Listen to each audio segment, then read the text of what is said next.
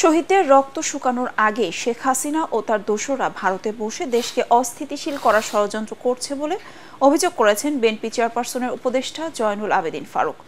গণহত্যার দায়ে শেখ হাসিনা ও তার দোসরদের বিচারের দাবিতে জাতীয় প্রেস ক্লাবের সামনে অবস্থান কর্মসূচিতে তিনি অভিযোগ করেন। ভারতে আশ্রয় নেওয়া শেখ হাসিনা ও তার দোসরদের বাংলাদেশ সরকারের কাছে হস্তান্তরের দাবি জানান বিএনপি নেতারা।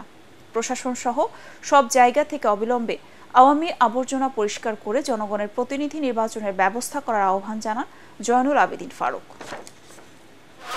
বাংলাদেশের বিশ্ব দরবারে যে মানচিত্র উঠিয়েছে তার প্রতি সম্মান থেকে আপনার উচিত ছিল বাংলাদেশের যারা এখন ভারতে আশ্রয় নিয়েছে তাদেরকে একে একে করে হস্তান্তর করা। আপনার কাছে একটাই দাবি, আপনি জঞ্জাল পরিষ্কার করুন, কিন্তু জনপ্রতিনিধিদেরকে সুযোগ দিতে হবে যারা সংসদে গিয়ে সংবিধান প্রণয়ন নতুন করে করবে, পরিবর্তন করবে।